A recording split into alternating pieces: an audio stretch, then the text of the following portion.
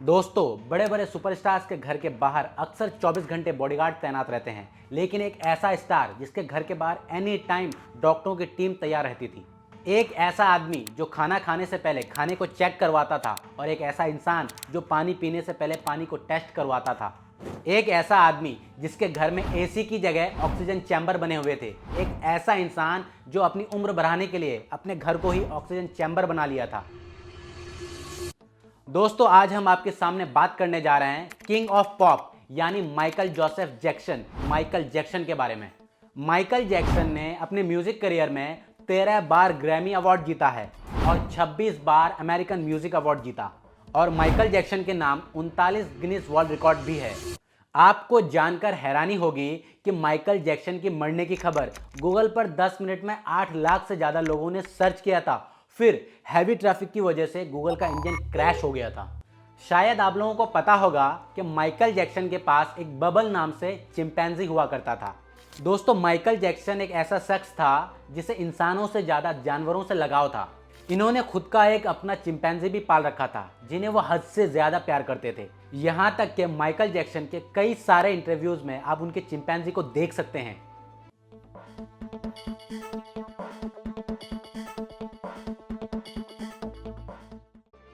और सबसे ज़्यादा हैरानी की बात यह है कि वो चिंपैंजी माइकल जैक्सन की हर पर्सनल चीज़ यूज़ करता था, जैसे कि उसका डिनर टेबल या हो टॉयलेट। ठीक वैसे ही जैसे दो जिगरी दोस्त या फिर दो सगे भाई एक दूसरे का पर्सनल सामान इस्तेमाल करते हैं। लेकिन कुछ समय बाद उस चिंपैंजी का नेचर अग्रेसिव होने लगा, जिसके वजह से उसको एनिमल सेंटर भेज दिया गया। उसको एनिमल सेंटर भेजने के बाद माइकल जैक्सन कुछ रूठे रूठे से रहने लगे थे। दोस्तों, पूरी दुनिया जानती है कि माइकल जैक्सन को अपने काले रंग से शर्म आती थी, इसलिए उन्होंने प्लास्टिक सर्जरी करवाकर अपने आप को गोरा करना चाहा। लेकिन इसके पीछे की सच्चाई क्या है, ये आज हम आपको बताएंगे। असल में माइकल जैक्सन को विटिलिगो नाम का एक बीमारी था। इस बीमारी में इंसान के शरीर में सफ़ेद दाग बनने लगते हैं, और इस बीमारी के बारे में माइकल जैक्सन ने 10 फरवरी 1993 में अपने एक इंटरव्यू के दौरान बताया था। इंटरव्यू के दौरान उन्होंने कहा कि उन्हें एक अजीब सी बीमारी है जिसके कारण उसके शरीर में सफ़ेद धब्बे पड़ने लगे हैं। माइकल जैक्सन ने बताया कि शुरू में वो धब्बे छोटे थे, इसलिए उन्होंने ध्यान नहीं दिया, लेकिन जब वो बढ़ते चले गए फिर उन्हें प्लास्टिक सर्जरी का सहारा लेना पड़ा। इंटरव्यू के दौरान माइकल जैक्सन ने बताया कि उन्हें अपने ब्लैक अमेरिकन होने पर फक्र है और उसने कभी इस बात पर शर्म नहीं की। वो सिर्फ अपनी इस बीमारी को छुपाने के लिए प्लास्टिक सर्जरी करवाते रहे। दोस्तों, अब हम आपको बताएंगे माइकल जैक्सन की जन्म होने से लेकर मौत तक की कहानी। 29 अगस्त 1958 को अमेरिका के इंडियाना में एक म्यूजिशियन के घर में सबसे छोटे बेटे के रूप में माइकल जैक्सन का जन्म हुआ। माइकल जैक्सन की बचपन की परिस्थितियां गरीबी और जिम्मेदारी भरी रही।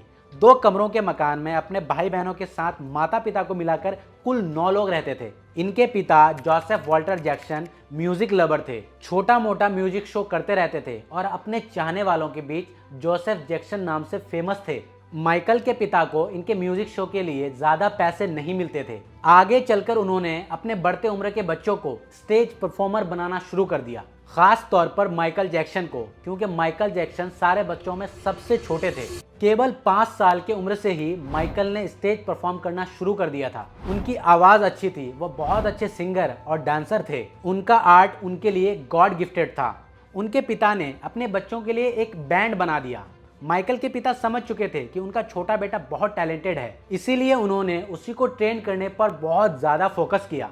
माइकल का बचपन डांस और गाने की रिहर्सल के साथ बेहतरीन स्टेज परफॉर्मेंस के प्रेशर में कहीं गुम होने लगा। स्टेज परफॉर्मेंस के दौरान सबसे छोटा बेटा माइकल सबसे आगे रहकर डांस भी करता और गाने भी गाता। धीरे धीरे इनका यह बैंड फेमस होने लगा और स्टेज परफॉर्मेंस के जरिए पैसा भी आने लगा। उनके बैंड को कई म्यूजिक कंपनी से ऑफर मिले और कुछ कमर्शियल भी मिलने लगे। कमर्शियल के लिए डायलॉग की भी प्रैक्टिस करनी पड़ती थी और रिकॉर्डिंग के लिए स्टूडियो जाना पड़ता था।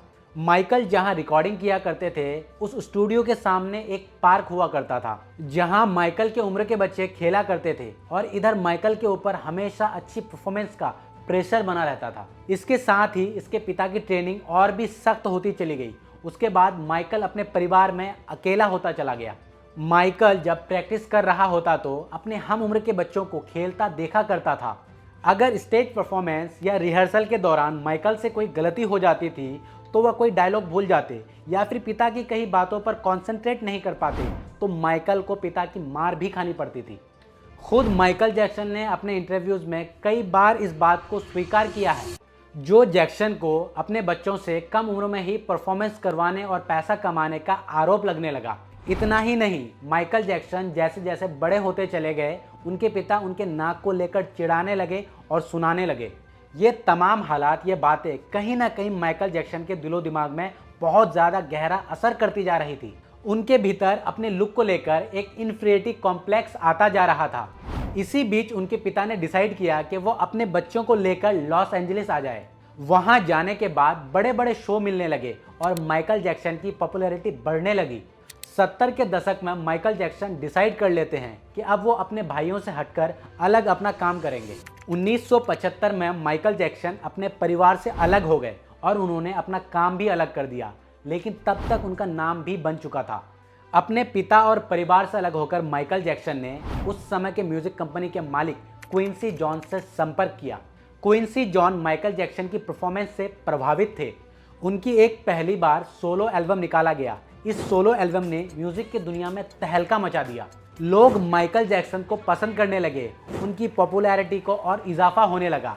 लेकिन माइकल जैक्सन की असली करिश्मा 1982 में सामने आया।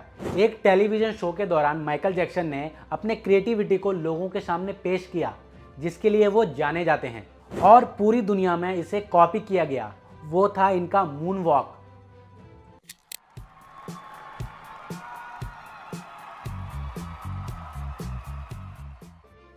मून वॉक एक ऐसा डांस स्टाइल था जिसने माइकल जैक्सन को सफलता की बुलंदी पर पहुंचा दिया।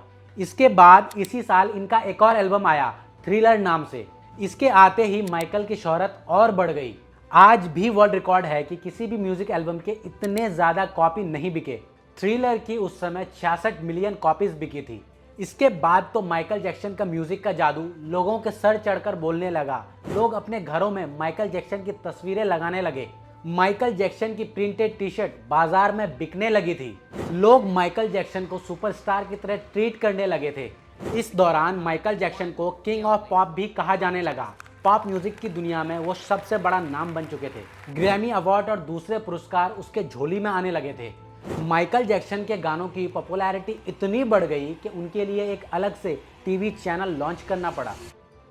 25 जून 2009 की सुबह उन्हें सांस लेने में तकलीफ हुई और उनके साथ हमेशा 8 डॉक्टरों की टीम रहा करती थी, जिसे वह सैलरी दिया करते थे। इसमें कार्डियोलॉजिस्ट थे डॉक्टर कॉनराड मरी, जिन्हें वह लगभग $1.5 लाख दिया करते थे मंथली सैलरी। उन्हें सांस लेने में तकलीफ हुई तो डॉक्टर कॉनराड मरी उनके पास आए। उन्हें हॉस्पिटल ले जाया गया, लेकिन डॉक्टरों ने उन्हें मृत घोषित कर दिया। अचानक एक संगीत का सितारा ये दुनिया छोड़कर चला गया। पूरी दुनिया में यह खबर फैल गई और हर कोई इस खबर से उदास था।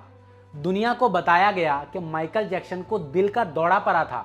उनकी उम्र केवल 50 साल की ही थी। जब उनका पोस्टमार्टम किया गया तो सिर्फ पेट के अंदर दवाइयां ही मिली, खाने का एक दाना भी नहीं निकला। यानी केवल वो सिर्फ दवाइयों के डोज पर ही जिंदा था।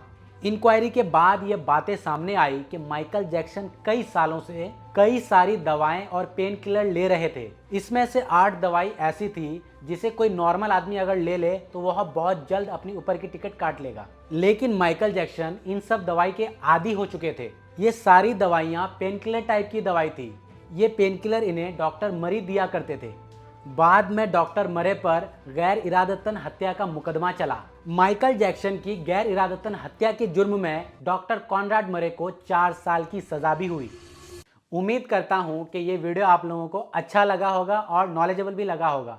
अगर वीडियो अच्छा लगा है तो वीडियो को लाइक कीजिए, चैनल को सब्सक्राइब कीजिए और अपने दोस्तों तक फैला दीजिए।